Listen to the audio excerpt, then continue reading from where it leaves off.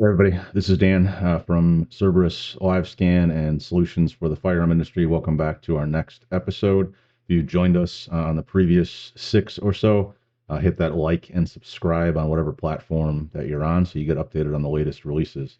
If you have joined us for those previous ones, we've talked about creation of the SOT, how to get the SOT, creation of the account, how to set it up, the different types of submittals, the different types of forms that are out there, and then I'll walk through on how to do a form 4. And on this episode, episode 7, we're going to talk through errors that happen during the submittal process, predominantly typically with the customer's account, how they have their data and mismatches on stuff, and then a couple ATF isms as well on there. So we'll get into it.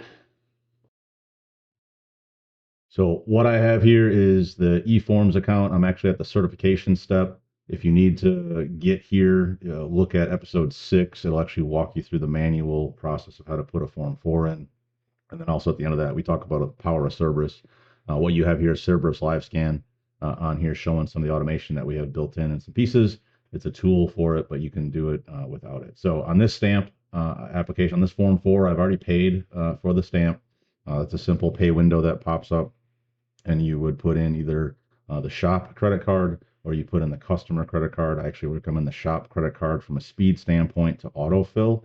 And if there is ever an issue, the refund or withdrawal would come back to the shop card, and then you can work on that through your POS. So, but I'm going to flip up a couple ones. What we're going to have here for errors, there are 3 predominant errors that we're going to talk through and show, and actually a 4th bonus one, which is an ATF piece. On the screen, I have on the far right, I have the transferee must be someone who is identified as a responsible person, train stop. That is a data mismatch between what is in the eForm 4 application and the customer's profile. And I'll show you how to work through that.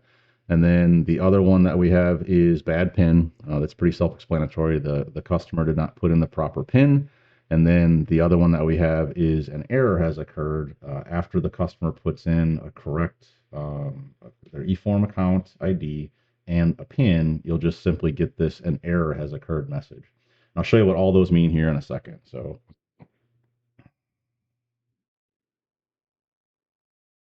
okay. So I hit sign and submit, and this is going to come up on the PIN side. So I need a username, and I'm going to put a bad one in. And then I'm going to put a bad PIN in as well. So I'm going to validate this PIN, and what's going to happen is I get that error has occurred. So the ATF could do a much better job of giving us feedback, but what it actually means is that the user's eForm ID is incorrect. The eForm ID should be a first initial of their first name and then approximately 5 of the last name and 5 or 6 numbers, depending on where they are in the sequence.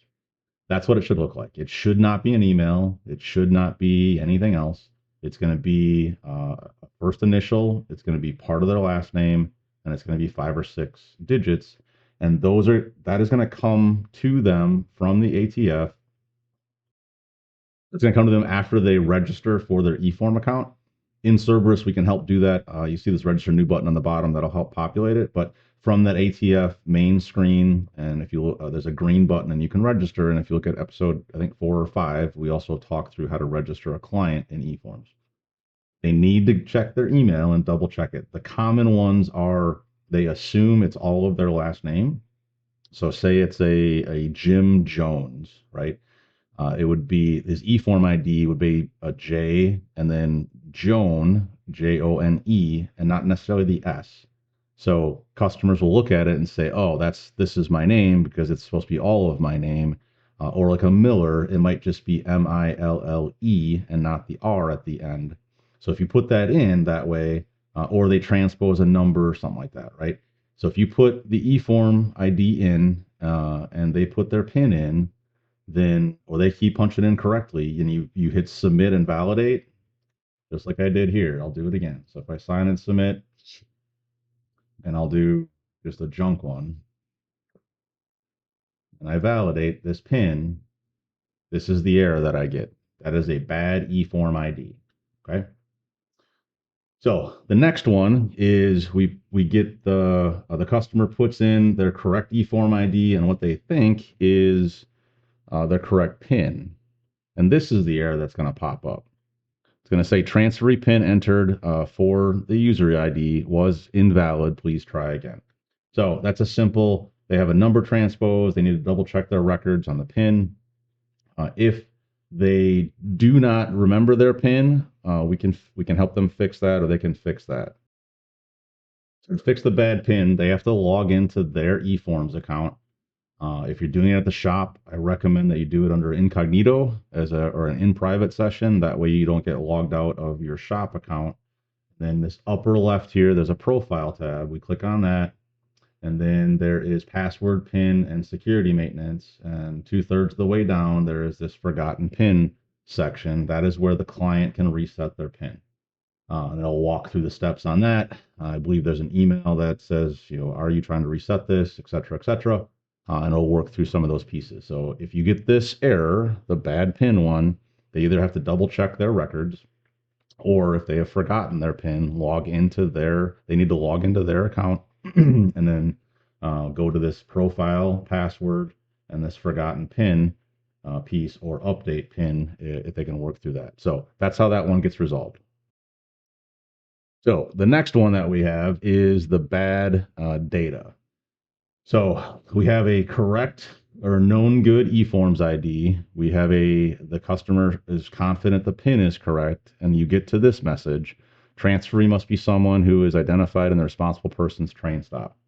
Now, what that tells us is that we have a data mismatch between what is in their eForms profile and what is in the Form 4 application. The fastest way to resolve this is to get the customer to log into their profile, and we'll do a split screen here. So I've split the screen. I'm in the client profile on the right-hand side. Let me hide that.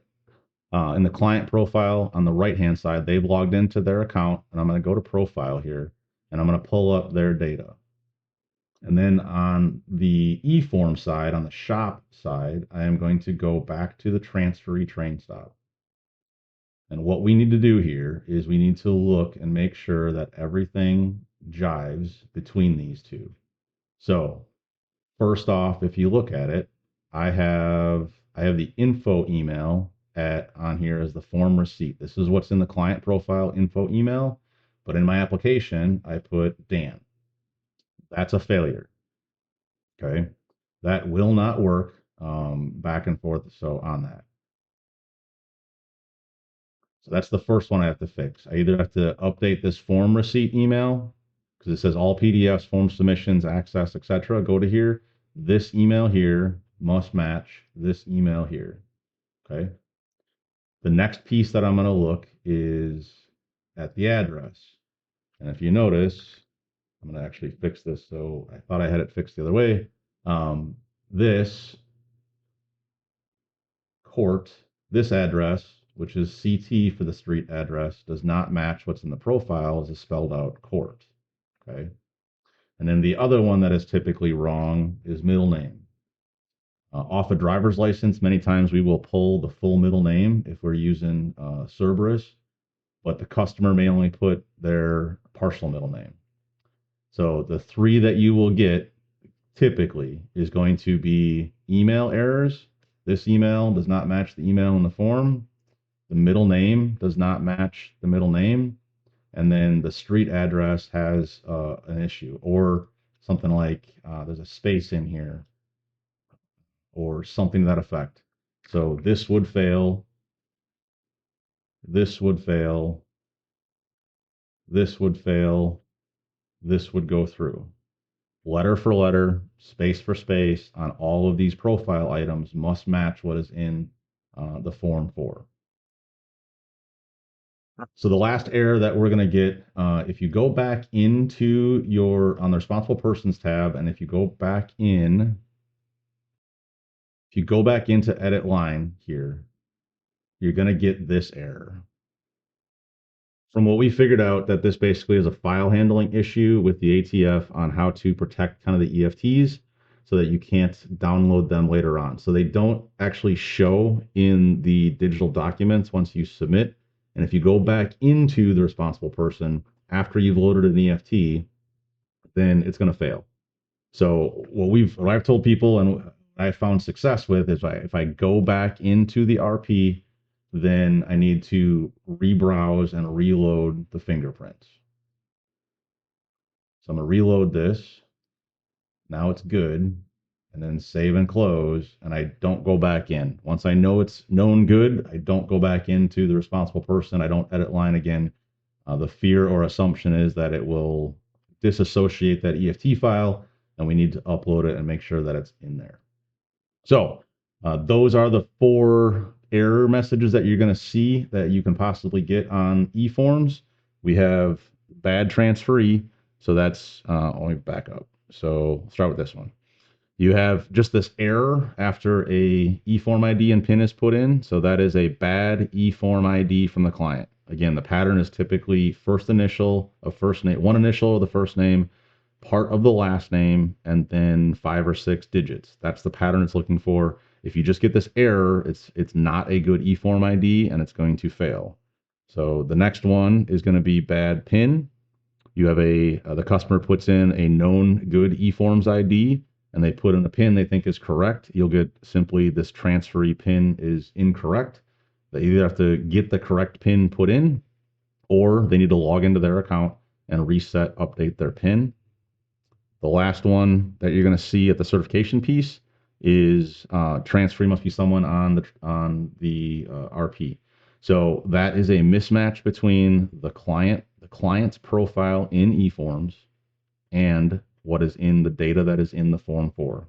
Typically, it's email, followed next by middle name, followed next by street address. Typically, are the top 3 issues that need to be corrected. And again, letter for letter, space for space must be correct between what's in their profile on eForms and what's in the Form 4 that you're building.